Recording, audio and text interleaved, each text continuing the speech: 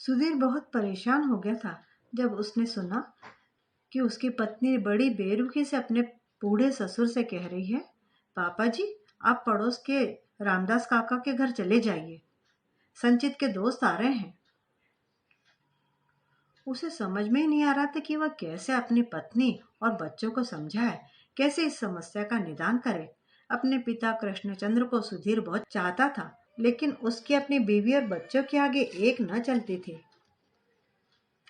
उसके पिता दमे के मरीज थे, इसलिए वह हमेशा खांसते रहते थे। साथ ही वह झुककर चलते थे। वैसे वह अपना रोजमर्रा के काम खुद ही कर लिया करते थे। पोते पोतिया और बहू उनके किसी भी सामान को नहीं छूते थे। वह अपने कपड़े बर्तन भी खुद ही धोया करते थे। बहू ने उनके खाने के बर्तन उनके कमरे में रखवा दिए थे। फिर भी बहू जब देखो उन पर चीखती चिल्लाती रहती थी। कुछ देर बाद बहू फिर बाहर आई और चिल्लाई, क्यों, एक बार सुनाई नहीं दिया? मैंने कहा ना आपसे, पड़ोस के रामदास काका के घर चले जाइए। वैसे तो दिन भर उनके घर में घुसे रहते, अभी कह रही हूं तो नखरे दिखा रहे हैं। कृष्णचंद्र जी बोले, बहू, दोपहर में खाने का समय है, तो अब मैं इस समय कहाँ जाऊं? वो सब लोग खाना खाकर आराम करेंगे, फिर मेरे लिए कौन बैठा रहेगा? बहू चिल्लाते हुए बोली, मैं नहीं जानती, मेरी बला से आप जहन्नुम में जाओ, लेकिन भगवान के लिए 2-3 घंटे के लिए इस घर से बाहर चले जाओ। बहू, बाहर आग बरस रही है, कहाँ जाऊंगा? लोग अपने अपने घरों में आराम कर रहे हैं।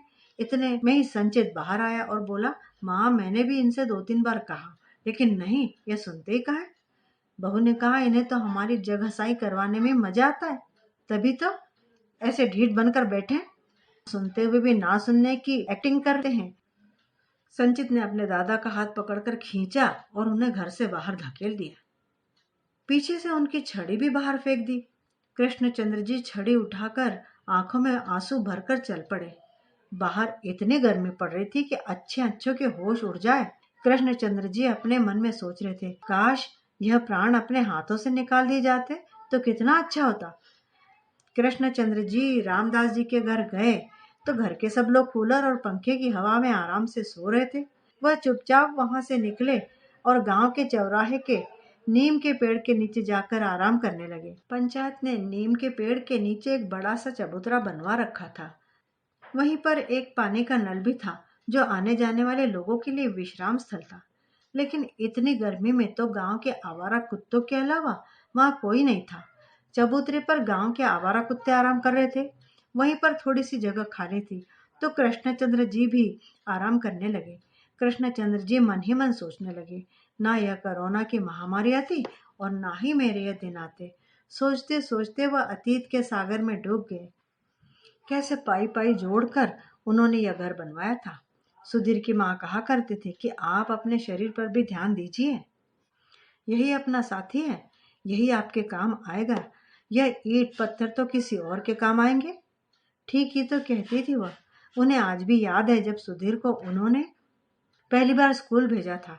उस दिन कृष्णचंद्र जी खुशी के मारे रो पड़े थे, क्योंकि कृष्णचंद्र जी के परिवार में अभी तक कोई स्कूल नहीं गया था। सुधीर पहला बच्चा था जो पहली बार स्कूल जा रहा था। सुधीर ने भी पिता के सपनों को सच करके दिखाया। सुधीर पढ़ने में बहुत होशियार था। पढ़ लिख कर वह इंजीनियर बना। माँ बाप के तो जैसे पैर जमीन पर नहीं थे। फिर सुधीर का प्रेम विवाह हुआ और 5 साल में 2 बच्चे भी हो गए। सुधीर अपना परिवार लेकर दिल्ली शिफ्ट हो गया। इसी बीच उसकी माँ की मृत्यु भी हो गई। अब तो इतने बड़े घर में वह अकेले रह गए थे। उन्होंने अपना अकेलापन दूर करने के लिए कुछ कमरे किराए में लगवा दिए। सुधीर गर्मी की छुट्टियों में बच्चों को लेकर घर में आता तो छुट्टियों के दिन गुलजार हो जाते थे। फिर 1 महीने बाद वही अकेलापन कृष्णचंद्र जी को उसके बाद और अधिक काटने को दौड़ता। तभी पड़ोस के खाली पड़े मकान में एक परिवार आकर रहने लगा। पूछने पर पता चला कि वह लोग मुंबई से आए हैं। रामदास जी नौकरी से रिटायर होकर गांव में हमेशा के लिए रहने आ गए थे। यह मकान उन्होंने खरीदा था। कृष्णचंद्र जी की रामदास जी से दोस्ती हो गई। वह दिखने में बिल्कुल फिट लगते थे और जिंदा दिल इंसान थे। उनके साथ रहकर कृष्णचंद्र जी को समय का पता नहीं चलता था। रामदास जी ने घर का काम करने के लिए नौकर रखा था। रामदास जी के घर का काम सारा वही नौकर करता था। रामदास जी और उनकी पत्नी जिंदगी का आनंद उठा रहे थे। उन्हें देखकर ऐसा लगता जैसे सही मायनों में वे जीवन जी रहे हैं। वो कहते हैं ना, संगत का असर जरूर होता है। अब कृष्णचंद्र जी भी जीवन का भरपूर आनंद ले रहे थे। तभी कोरोना महामारी ने दस्तक दी और फिर सब कुछ बदल गया। सब एक दूसरे से दूर रहने लगे। इसी दौरान सुधीर की नौकरी भी चली गई। सुधीर अपना परिवार लेकर गांव आ गया। कुछ समय तक तो जिंदगी सामान्य रही, क्योंकि कृष्णचंद्र जी के पास बैंक बैलेंस था। उसी से घर का खर्चा चल रहा था। जैसे ही कृष्णचंद्र जी का बैंक बैलेंस शून्य हुआ, तो पोते पोते और बहू ने अपना रंग दिखाना शुरू कर दिया। आज कृष्णचंद्र जी की हालत ऐसी है कि इतना बड़ा मकान होने पर भी गांव के चबूतरे पर आराम करना पड़ रहा है। उन्हें करीब 2 घंटे बीत चुके थे, तभी उनके दोस्त रामदास जी वहां से अपने स्कूटर से गुजरे। उन्होंने कृष्णचंद्र जी को देखा तो बोले, कृष्णचंद्र, यहाँ कैसे बैठे हो भाई? कृष्णचंद्र जी बोले, अरे घर में गर्मी लग रही थी, इसलिए यहाँ चला आया। और तुम बताओ, तुम यहाँ कैसे? अरे कुछ नहीं, मैं दुकान से कुछ सामान लेने आया था। आजकल बच्चे आए हुए, इसलिए उनके कुछ ना कुछ फरमाइश रहती है। चलो, घर को चल रहे हो क्या? रामदास जी स्कूटर को स्टैंड से उतारते हुए बोले। हाँ भाई, चल रहा हूँ, कृष्णचंद्र जी बोले। स्कूटर का स्टैंड उतार कर रामदास जी बोले, तो फिर बैठो, आ जाओ। कृष्णचंद्र जी ने पूछा, समय कितना हो गया है?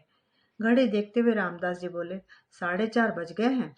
कृष्णचंद्र जी स्कूटर पर बैठ गए और सीधा घर पर उतरे। भीतर जाकर देखा सब सो रहे हैं।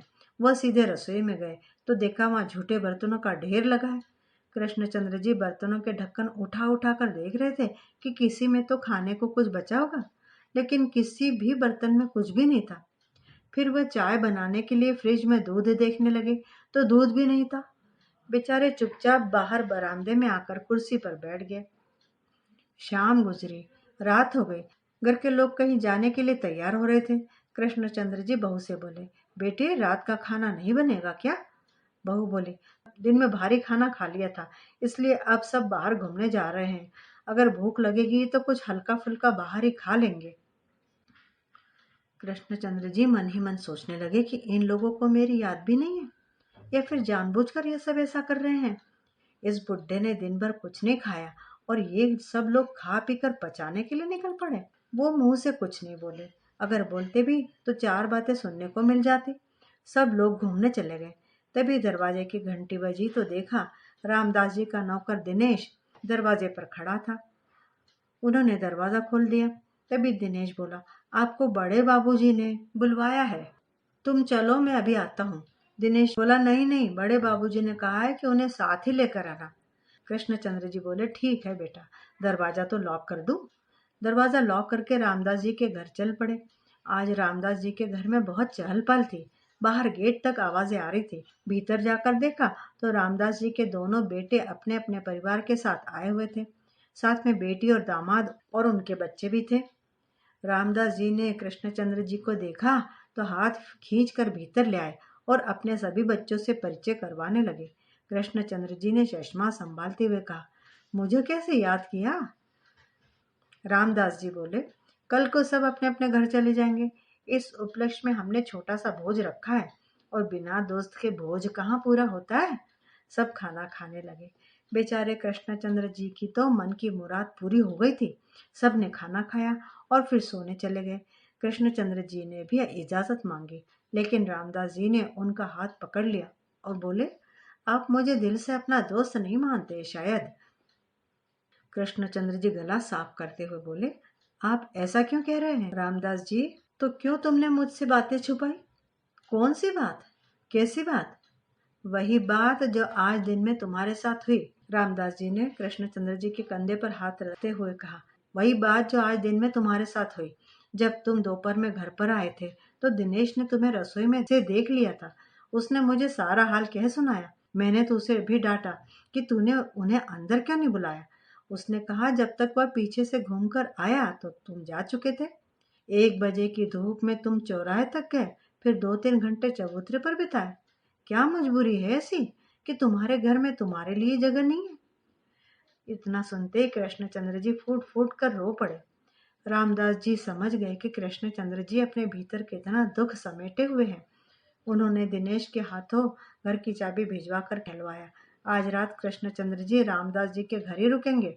दूसरे दिन रामदास जी के बच्चे विदा हुए तो रामदास जी ने दिनेश को कृष्णचंद्र जी के घर भेजकर उनका सारा सामान मंगवा लिया और फिर कृष्णचंद्र जी रामदास जी के साथ ही रहने लगे। घर में पोते पोतिया और बहू बहुत खुश हुए कि सिर से बला टली। 2 हफ्ते बाद एक व्यक्ति अपने परिवार के साथ आया और कागज दिखाकर बोला, यह जमीन और घर अब मेरे अधिकार में है। अब इस जमीन से जो भी कमाई होगी वो कृष्णचंद्र जी की और मेरी आधी आधी होगी। रहा मकान तो आप पीछे के 2 कमरों में रहेंगे। यह कागज है, इसे पढ़ लीजिए। बहू के तो होश ही उड़ गए। हाय राम, वह 2 पुराने कमरों में रहेगी। पोते पोतिया चिल्लाने लगे, उन पुराने कमरों में कौन रहेगा? हम भी देखते कौन हमें यहाँ से निकाल पाए। उस व्यक्ति ने कहा, आपको 2 दिन का समय दिया जा रहा है। यह सभी कमरे आपको खाली करने पड़ेंगे और जो बाकी कमरे किराए पर हैं उसका किराया कृष्णचंद्र जी को जाएगा, क्योंकि कानूनी तौर पर वही इस घर और जमीन के मालिक हैं। इधर इस खबर से कोहराम मच गया।